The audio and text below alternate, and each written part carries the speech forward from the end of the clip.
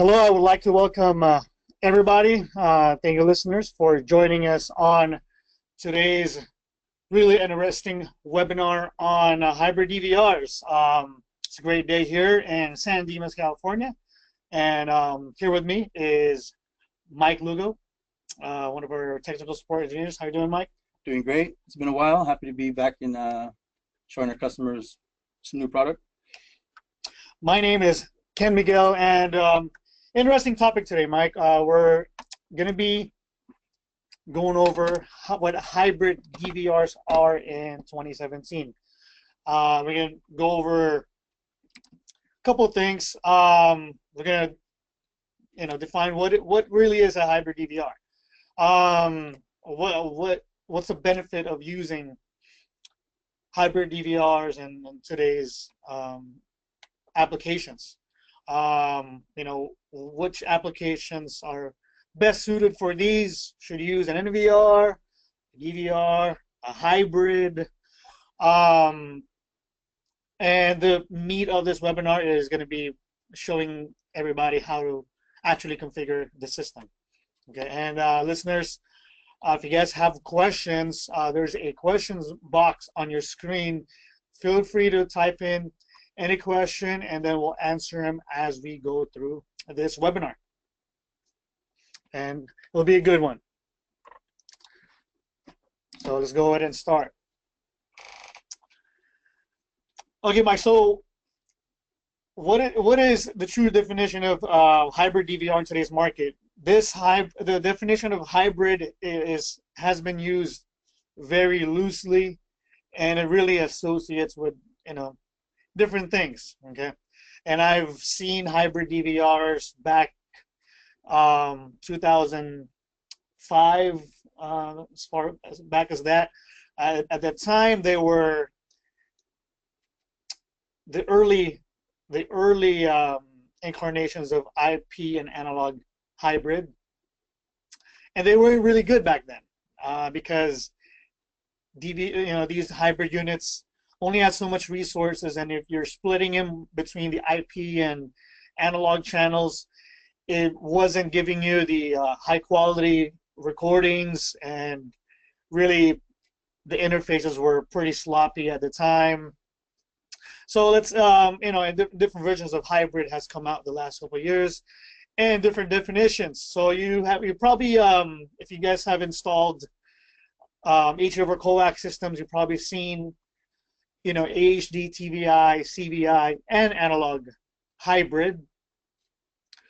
And you guys have probably seen, there's a few DVRs out there that will do the AHD, TVI, CVI formats via BNC, and then have one or two IP ports. Okay, so that's great.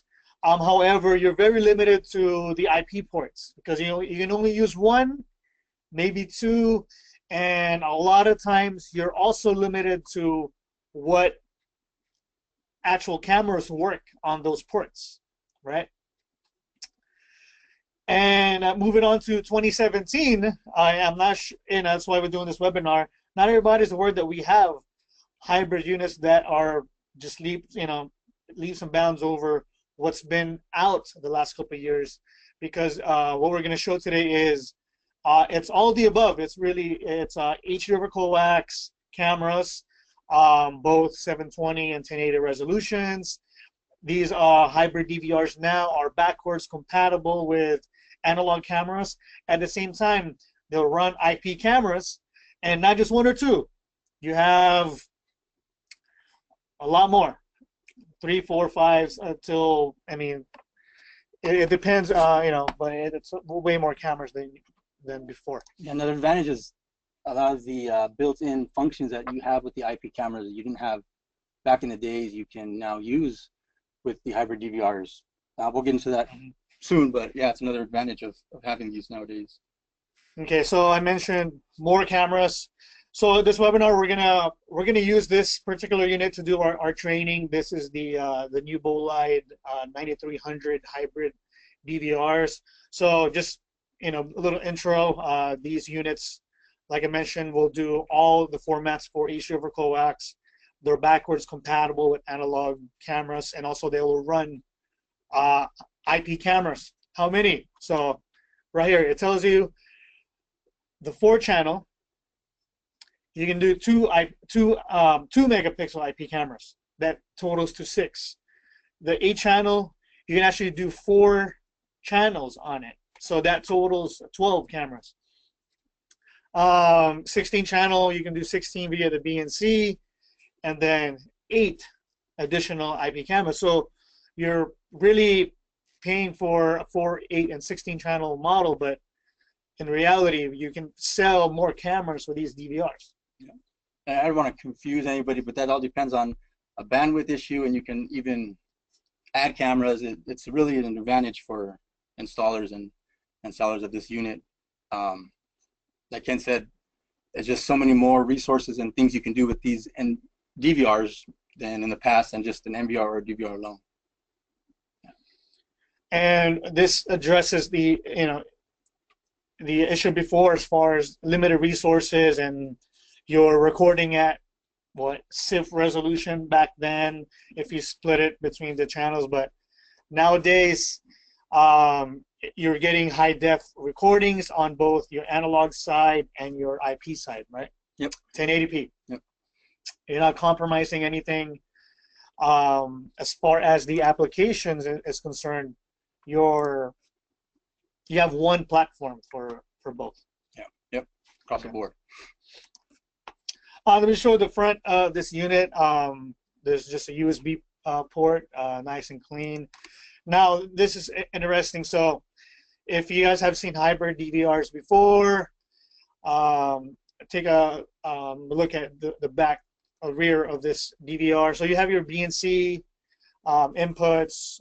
This particular unit has 4 audio input and 1 audio output. Of course, you have your HDMI, but and then a LAN port for getting this thing online. But what's missing are the Ethernet ports for the IP cameras that almost everybody uses for marketing reasons. But there's a way to this unit runs IP cameras. Don't get it wrong. Yeah. And that's what we're gonna teach you guys.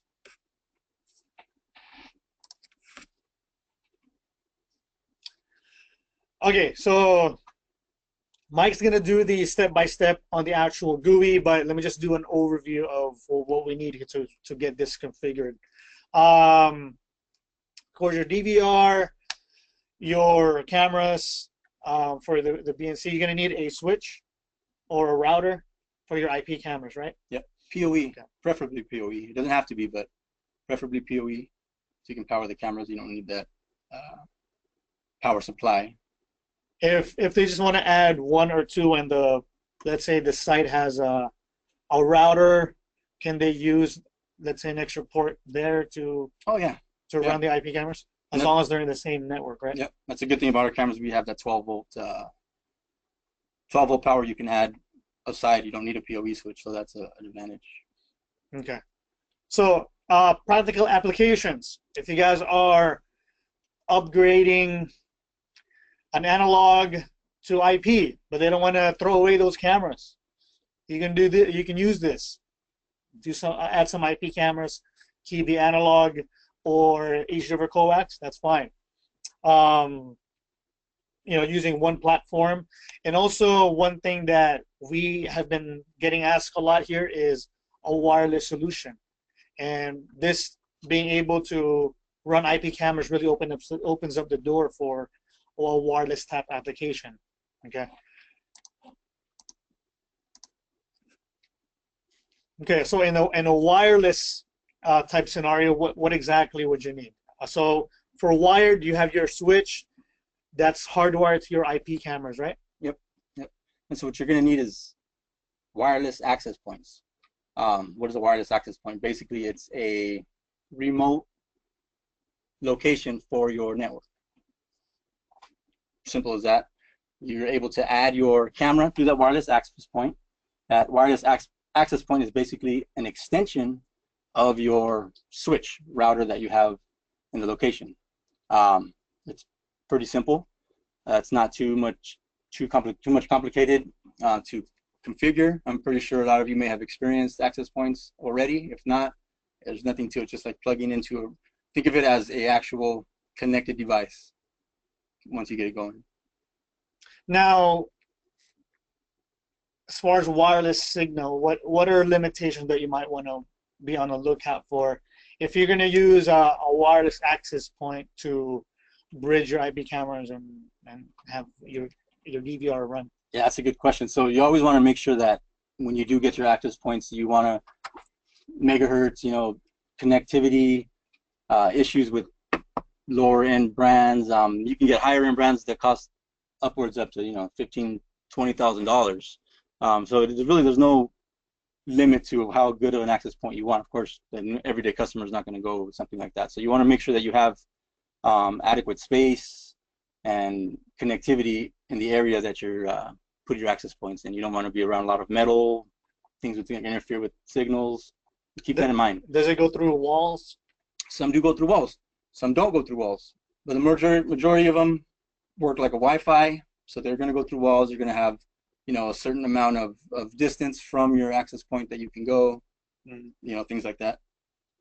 Okay, and from a beginner level, I know you've had a lot of experience with network devices, switches, and access points.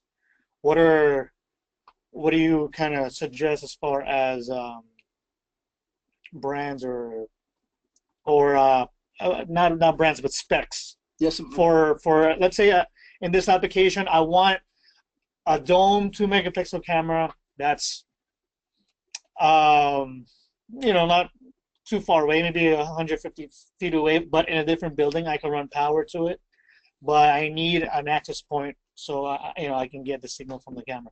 So nowadays it's a lot better than it was, you know, years back. A lot of routers have the option to convert that router to an access point, so you get the best of both worlds. If it's really hard to find, you know, you want to go with the higher brand, maybe Linksys, Netgear, things like that. It's a more reliable brand. They're going to have better, better reliability. What is the product called, if you would ask for it? So yeah, you're going to ask for either a wireless access point, or if you're going to buy a router, you want to make sure in the specs that it has wireless access point capability, and you can convert it back and forth. And you also want to make sure that if it is a router, that it does have the bridge capability, because you are going to have to bridge that to your existing router. So it's very important. That's another webinar. That's as far as all that configuration. Yeah. Okay, and then we're treating the cameras here as just network devices, right? Correct. Yeah. Okay, and that's the beauty of IP cameras. Yeah. But you know, the point being is, now, even if you already have this analog camera already installed there, and they want to add the IP cameras later on, you can do that later on. You know, whenever. Yep. That is the beauty of it. Okay, again, it just opens up the door for so many things. Yeah, especially, you know, one camera being somewhere else, a couple of cameras in another city. Yep, remote locations is a major thing with IPs. It's great.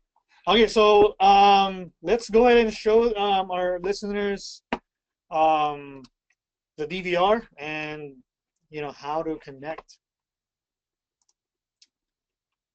IP cameras to it. All right, guys. So here's our analog side of the DVR. I'm pretty sure you guys are familiar with just seeing a 4-channel analog system. Let me change it to this. So here's our 4-channel analog system, 4 analog cameras plugged in. But now we want to utilize the IP side of it. So this is the 4-channel hybrid, and these are bolide 2-megapixel E-Shiver coax cameras plugged into the BNC. Yep. Okay, so let's say, okay, I want to add, this maxes out what, 6 cameras? 6 cameras. Okay, so I want to add the 5th and 6th camera. So in doing so, you guys need to have a little bit of background on IP addresses, I should say. So unlike the plug-and-play PoE NVR, you plug it in, it comes up. We have to do a little bit of configuration. It's not hard. It's very simple, but you have to know the IP address of your network that you're working with in order to add these cameras. So they start from the top, or what? did you go to parameter on Yeah, the so screen? right when you open up your menu, you see the parameters section. Of course, you have your 4 analog cameras, which you can disable, mind you, if you need to add, like I said earlier, you can add cameras in different configurations. If you need less analog and more IP, then you're able to do that here, just by simply checking a check mark. You can add or take away an analog channel. And that'll be significant. I'll explain in a minute why it is. And so one big thing that you want to keep an eye on here is the throughput. Yeah. Okay. So everything the throughput is, to make a simple explanation, the horsepower of this DVR, right? Yeah. Yeah. So if you guys use NVRs, you'll be able to see the throughput and how much of the throughput you have used when you start adding cameras. Yep. So in this case, this unit has what's the throughput on this unit? So you have 8 Mbps with the 4 analog enabled. Each analog port is going to take up 4 Mbps. So if I take 1 away, that gives me 12. If I take 2 away, and so forth. So with the 4 enabled, I have 8 Mbps working with when it comes to IP cameras, which is just enough to add 2 1080 IP cameras. So how much Mbps does every analog camera take? Every analog camera is 4 Mbps. 4 Mbps. Yeah. Now, if you add a 2 megapixel H.264 camera, how much Mbps will that take? So on the analog side, like I said, it's 4. On the IP side, it's also going to be 4 per camera, okay. 1080. So think of the throughput, not just this unit, but any recorder that you're using. That's your cap. Yeah. You can't exceed that. So if you have to, in some cases, try to fit more cameras in a certain throughput, then you would have to make adjustments to your resolution or your bit rate.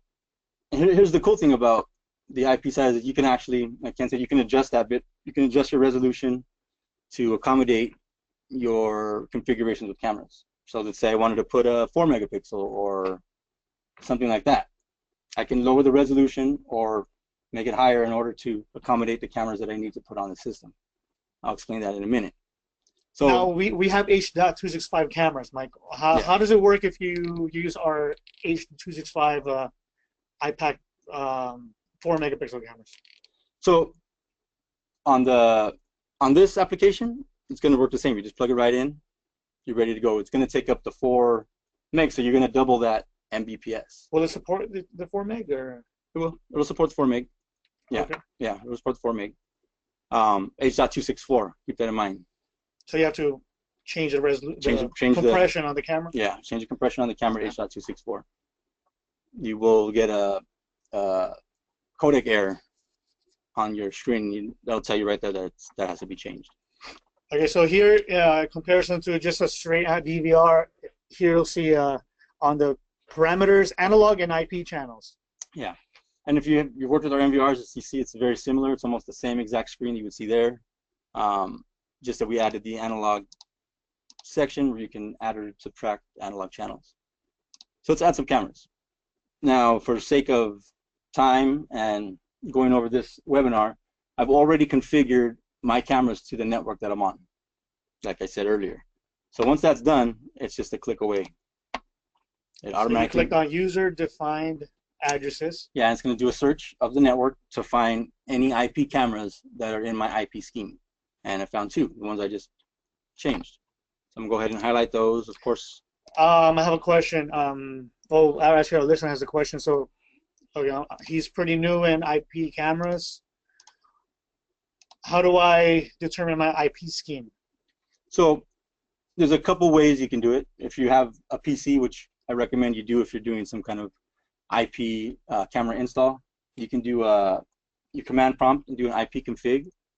Or you can just go to the bottom right-hand corner of your PC, a little network connection there. Go to your settings. You can find out that way. Or if there's an IT guy on site or something like that, you can go and they'll tell you an IP scheme or available IP addresses that you can use. You don't want to do a DHCP because if that address changes, you'll lose connectivity to the camera. So you want to do a static address for these cameras. You want to make sure that you put it in, it's not going to change. That way it'll always come up on the recorder. So let me add these two cameras. So you searched, and then those cameras came up, and then you click on add. So you select, and then you click on add. Yeah, there's a couple parameter settings on the left. If I was using an OnVIF, trying to add an OnVIF camera rather than a Bolide, I can select OnVIF there. So they can use another manufacturer's camera. Yep. What's the OnVIF minimal requirements if you're using a different manufacturer with this particular DVR? So as in minimum requirements, there's not really any. Just of course, there's the OnVIF rules apply. Profile S. Profile S 2.4, and you're going to guarantee record and view. So keep that in mind when you're doing OnVIF cameras. But for the most part, settings are there. All you have to do is add the password if there's a password on the camera, which we recommend that you do put one. So there, my cameras are added. The green triangle play button indicates that they're ready to go. What if my cameras are not in the same place? It's a good question. What if I have an IP camera somewhere else, but it's online? Yeah, and I know my IP address. That's a good question. So let me back out of here. So here you see a plus next to the channels area. If I hit that, oh, I have no available. Let me get rid of one of these real quick. Okay, so I want to add a camera remotely. It's not in my area. From this here, I can add cameras from other locations. Simply add my IP address, remote IP address, my password, protocol, of course, if it's OnVIF, or if it's ours, and the port number. It's that simple. Very easy. If you know an IP address to reach a remote camera, more than likely you can add it to the MVR. Or DVR, sorry. So let me just add this other camera back really quick. So you're re-adding that second camera? Yeah, the one I just deleted. This is already here, in the local network. Add my password.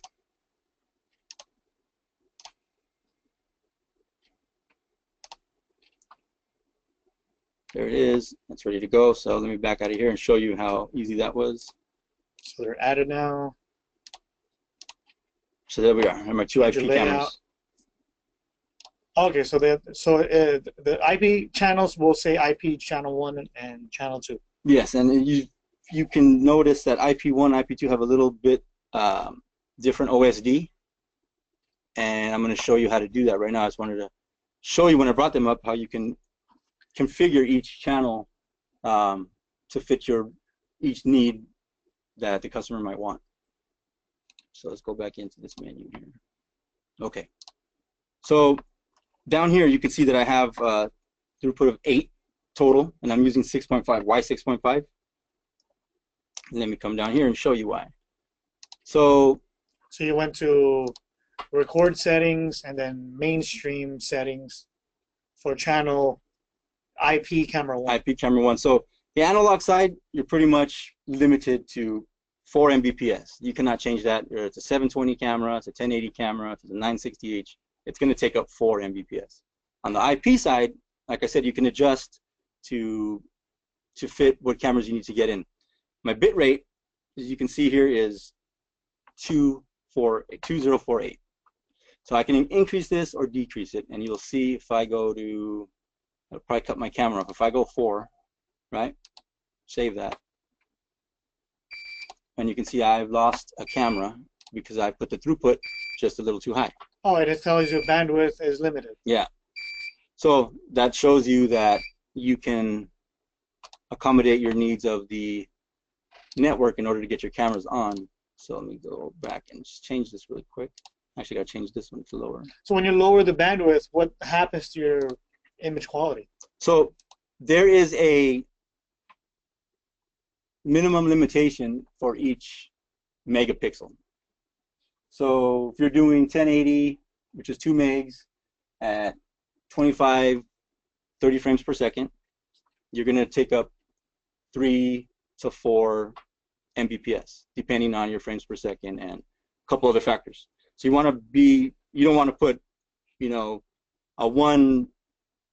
1280 bit rate on a 2 megapixel camera, because that's only going to give you quality of 720 camera.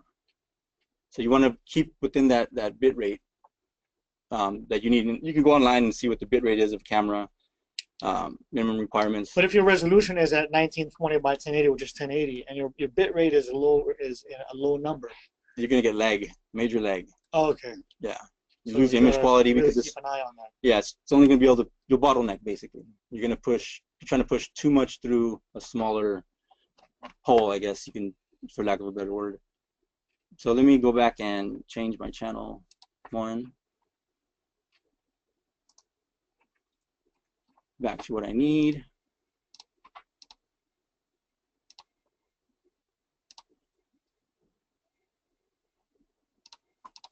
And now I can change my channel 2 back.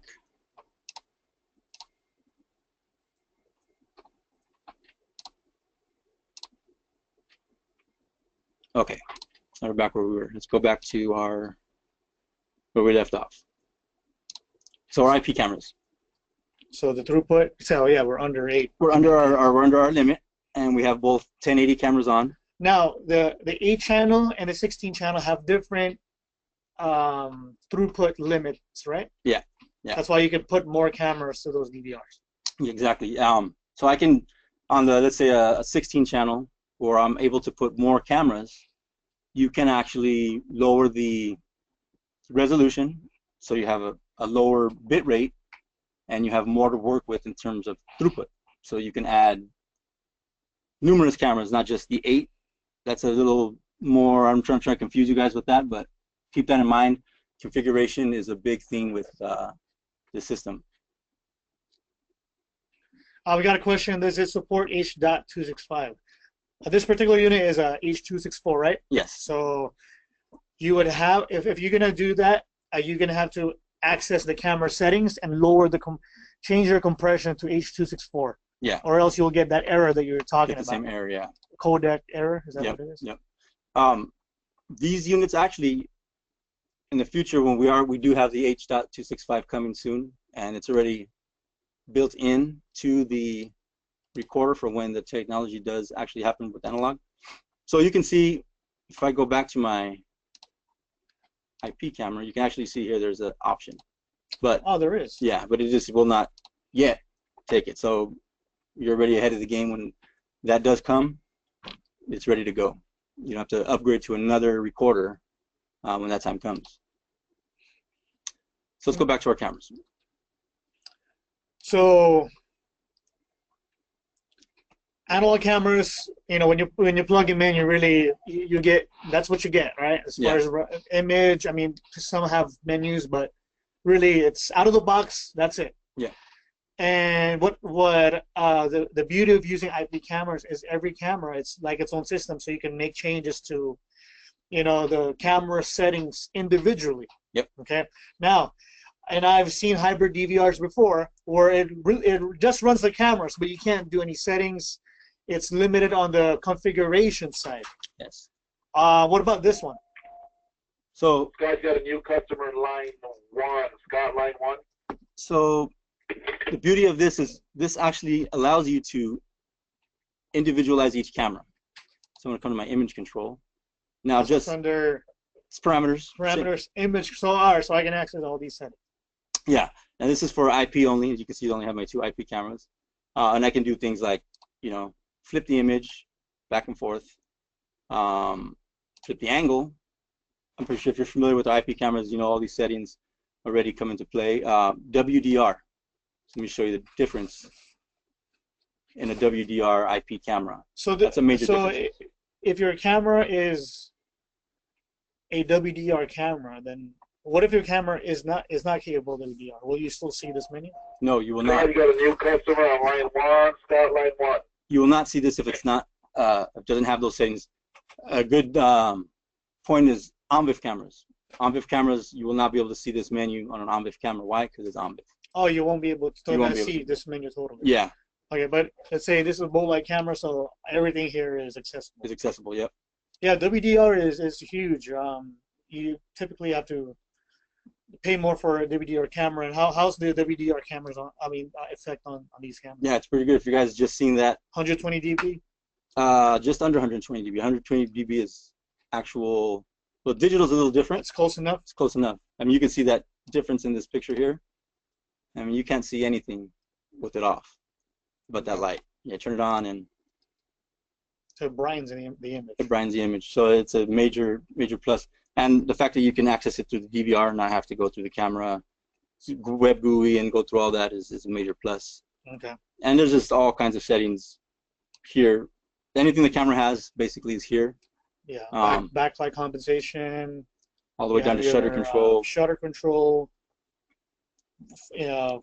Defog for outdoor. Yeah.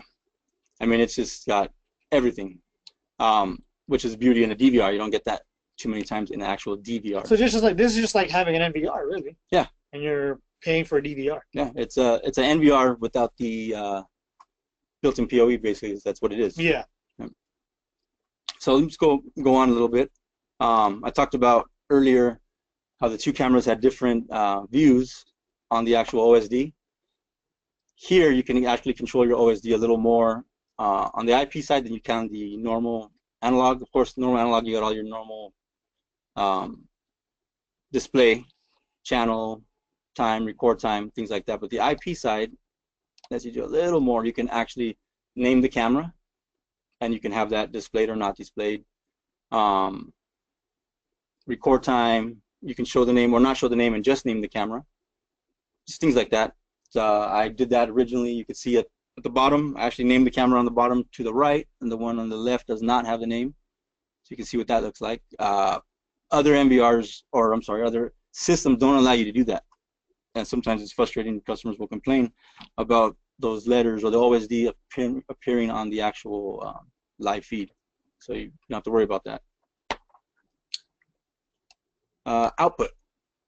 This particular hybrid is 1080. Our other ones are actually 4K. 4K. So the 8 and 16 channel, just like the NVIDIA, it's 4K display output. And for you dealers, when you mention 4K today to an end user, that sounds like just a premium product. So take advantage of that from a sales standpoint. Yeah. And if you guys had the opportunity to see these recorders on a 4K monitor, it's pretty amazing. They look nice. Yeah, pretty amazing. We have a question here. So you added the IP addresses on the LAN IP address where you added the cameras. Yeah. If I'm on a wireless application like we talked about earlier, is there a receiver on the DVR side?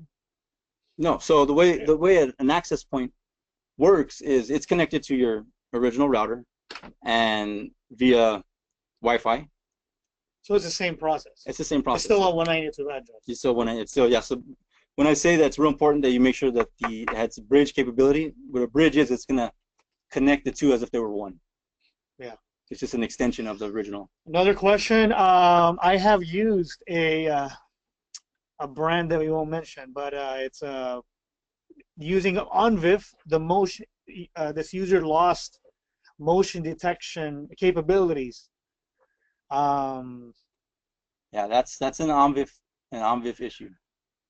That's been a discussion with OnVIF ever since it started, right? As far as yes, it works, but not really. Yeah. What do you think? I would stick as much as possible, with the same manufacturer if I'm using the recorder and cameras. For sure. Because OnVIF, you will get guarantee you'll get video, stream, and recording, guaranteed. Yeah. But what do you start losing, especially the older the OnVIF version is? Yeah, so you start losing audio, motion detection, basically all the functions of a IP camera. That's the reason why you go with IP is to have some of these functions, and you lose them going OnVIF or using an OnVIF rather than the actual product it's made for. So yeah, if you buy IP cameras and use the SD card, the alarm output, audio, using OnVIF, you might want to see the version of the NVR, 2.4 profile S. What's profile S? So that's S right now. Yeah, that's the most widely used That's pretty much almost Yeah, all the features, right? yeah, pretty much Yeah. everything. So you want to make sure that it just because they're OMVIF compliant, what version? That's real Yeah. important to ask. Yeah. Back then, especially, I remember there's a version where this was probably 5 years ago. The motion detection wasn't working. Yeah. So, you want to keep an eye on how old the camera is and the NVR and what on the version. So let me move on. So of course, all the normal bells and whistles that a DVR has also comes in this. Privacy zones. You can set each one. So the first question we get asked, how do I set this for motion detection? With the IP cameras already included, is it the same steps? It is the same steps. It is the same steps. Let me show you really quick. Where's my? Am I skipping too fast? No. Oh, okay.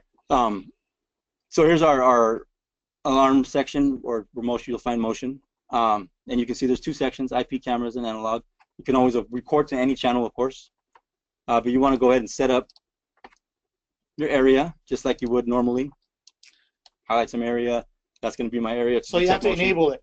You have to enable it. Motion under alarm and motion settings, you have to enable motion detection for the IP cameras, for the IP or cameras. even for analog cameras. So the analog cameras, you can see by default, they're already enabled. Enabled by default. Yeah, but for IP, you got to go in there and enable. So enable that, and I want a motion area for the whole channel, for the whole screen. For the whole screen. So when you go to setup, you just let me get rid of these first because I already highlighted them. I'm gonna do my whole screen. I just drag, and that's it. Now my whole screen is ready for motion detection. You can set the buzzer, which is pretty annoying. What about the schedule? So reschedule when you do your record. That's where you're going to go ahead and do your motion. One more thing: when you're in this alarm motion area, I know it has a copy to all option. Do not do that. Why? If I do that, I'm going to basically take these settings, which I want my IP channel 1 to record. Now, my analog and other IP cameras are also going to record IP channel 1. So you want to make sure you do each one individually when you're in the screen. Every camera is different. Every motion area is going to be different. So you can do a copy to all, but you're going to run into some problems. Why is this not recording? Why is this one, So you just want to do each one in the motion section. But just because I set my motion and enable it doesn't mean I'm recording motion yet. So how do I do that? Record schedule. If you're familiar with our DVRs, MVRs, it's the same process. You can see here that green means normal record 24/7, and I've got 24 hours that I'm going to record on channel 1, right? Now this area, you can do the copy all. So I want to take this off because I want to do motion. So I'm just going to highlight this. My green's gone. And then highlight my motion. And let's add it. Now I got motion recording for channel 1. This one, I do recommend if you're going to do motion recording all of them, simply hit that. I just copied from channel 1 to all channels. Will it copy even the IP cameras? Even the IP cameras. See that? Why does it give you a IP channel 1 through 6? So it's a good question. Like I mentioned earlier, you can configure each IP camera's bit rate to accommodate the throughput. So if I wanted not do 1080 and lower my bit rate to 1 something, then that gives me more throughput, and I can therefore add more cameras. So can you possibly fit 10 cameras into this DVR? 10 cameras total? Yeah, channels. Yeah. Channel 1, 2, 3, 4, Yeah, and actually, IP 1 through 6. You can at very, very, very low resolution, but you can. Yeah. If needed. If needed. Oh, that's great. Yeah. Yep. Which is why if you add this camera to our CMS and you actually open it up, you'll see there that instead of having 4 channels, it'll actually show channel 1 through 10. So yeah, we get that question a lot, like, why does it have so many channels? What's going on? That's why. So we took care of that. And then also in record is your streams. So you want to show the resolution, right? Yep. So here's our 1080. All right. So you're not compromising your quality. You have IP cameras and HD cameras, and they're all recording in And high def, right? High def, yep. Nice. Yep. Of course, you have your substream and your mobile stream, which you don't find a lot in other DVRs. This is pretty cool because you can even take it a step further if you're having bandwidth issues. Let's take it down another notch to a mobile stream. Here's another feature that we've added is capture, which is still pictures. You can set schedules to take them, have them done in intervals. Manual capture, of course, which is just a snapshot, and then you can have it automatically done. I do want to show you guys really quick that if you guys are familiar with the control over coax, we talked about having options and settings of our IP cameras, but you can also do it on our analog. So control over coax, if you guys aren't familiar with it, it's really easy. You have your PTZ protocols, Falco B, Falco P. Coax 1 is what you'll use for ours. And you don't have to worry about the baud rate and all these other settings once you go coax. So let me get out of here really quick. And I just want to show you this really quick. So here's a control over coax camera. I want to access my menu. I no longer have to go through my quick switch or the toggle on the cord, which sometimes could be a pain because it's 15 feet in the air where the camera's at. You can do it from the DVR. Hit my PTZ button, I get my menu, I hit this menu button, and now I have my I can access that's on the HD over coax. HD over coax, yep. So not only do we have these options in our IP cameras settings, but now we can have settings in our analog cameras too. And I can just go through here and control, whatever I need to get to. The other plus is, oops, let me back out real quick. The other plus with this unit is if you have a motorized zoom camera, I can also control it from here, just like I would an IP camera. I'd be able to plug it in, control its zoom capability if it has it, not have to run an extra RS-485 or any extra cables. So this is another major plus. If you guys are not familiar with our H.265 line, yeah, all the variable lens are motorized. I got a question from a listener. Motorized lens, can I use on-VIF cameras with motorized lens? Another manufacturer? So no, you can't. That is a good question. On-VIF, of course, only pertains to IP. I don't want to say no, you can't, because it's really a you have to flip of the coin. The version? Yeah, you have to check the version. There's a couple factors that come into play, but if you're going to use on-VIF and it has that capability, don't hold your breath. On-VIF is not really function friendly outside of manufacturer. So really, just expect live view and playback. Yeah, right? yeah. And motion. So, yeah. For the most part. Yeah, for the most part. So let's continue. Network settings. Here's your IP. So this is important. IP address. So we use Quick Connect. Our Quick Connect is a DHCP setting. So if you want to know the IP address or the scheme of your network, and because you need that for the IP cameras, you can go here and always find it in the IP address section. So that's actually good to know. That's that'll automatically pick up the IP scheme of the network. Yeah, yeah. And then you can configure from there what your IP camera needs to be. You want to keep in mind that you need to know what's else is on the network, because if you have a duplicate IP, it's not going to show up. It's going to conflict. So you want to do some homework. Make sure you're not going to duplicate any IP addresses, so everything will work. Yeah.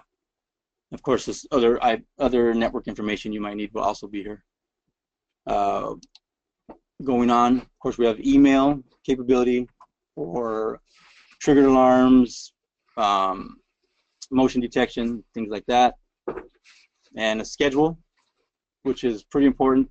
Prior, or sometimes even other manufacturers do not have a schedule, and you just get a plethora of emails all day long for every motion that goes off and every alarm that goes off. You're getting 150 emails an hour. You can set a a schedule to when you want to receive them.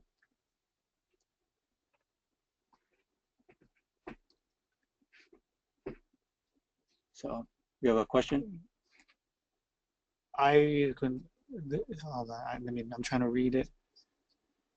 Can you control the motorized lens of the IP cameras Oh, sure. on this end? Yeah, yeah. Definitely, definitely.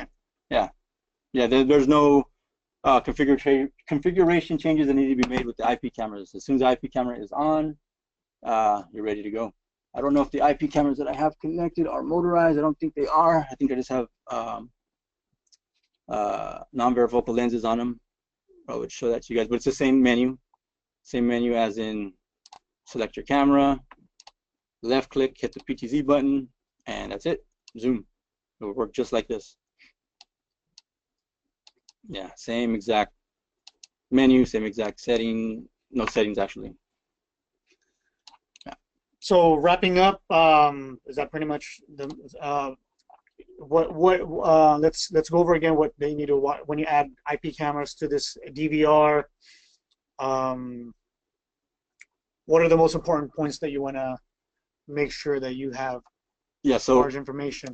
So number one, you guys can tell he added the cameras and it's pretty fast. Yeah. You know, it was a couple minutes to add these cameras, but yeah, let's leave our listeners with.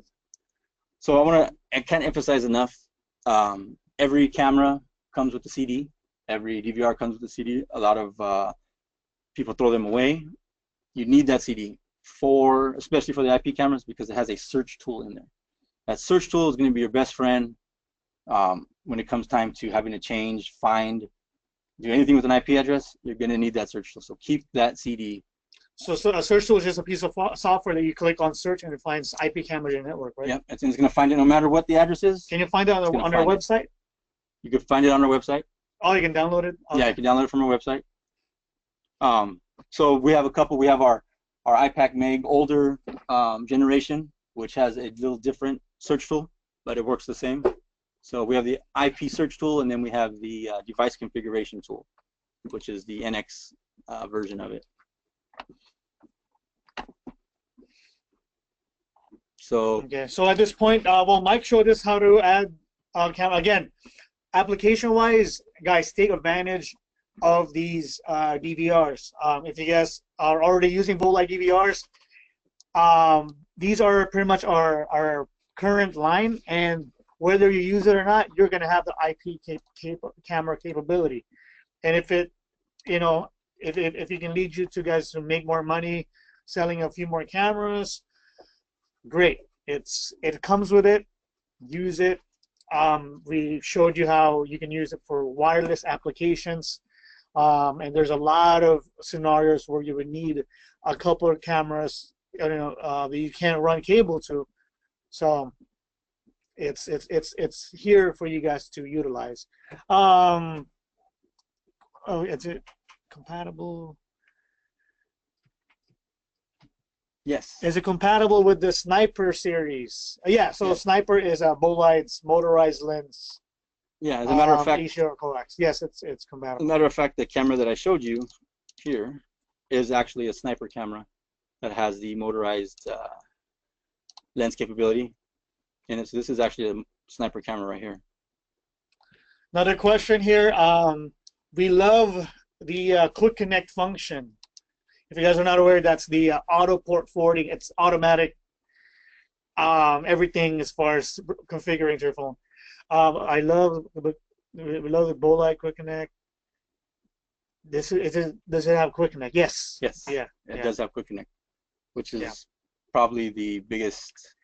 If you guys are listening and you haven't used Bolide DVR in a while, the Bolide quick connect will save you guys so much time. You don't have to do any port forwarding, static IP, DDNS.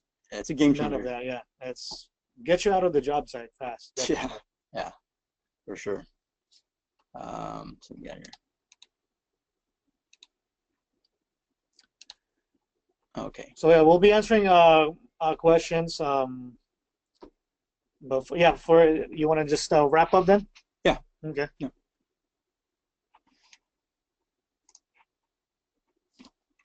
So let's get out of here and go back to.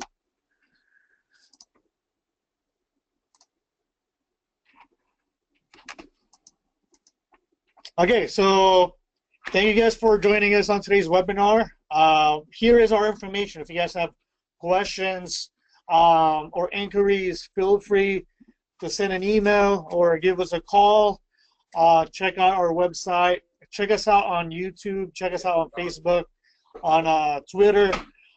This webinar is recorded, and we will post this on our YouTube page, and then we'll send you guys an email for you guys who attended the recording of this webinar. Again, Mike, thank you for spending some time with us, and Thank you, Ken. thank you guys again for joining us on today's webinar. Hopefully you guys learned something. And again, hybrid DVRs, they're here for the taking. Take advantage, utilize them, and get more jobs, make more money.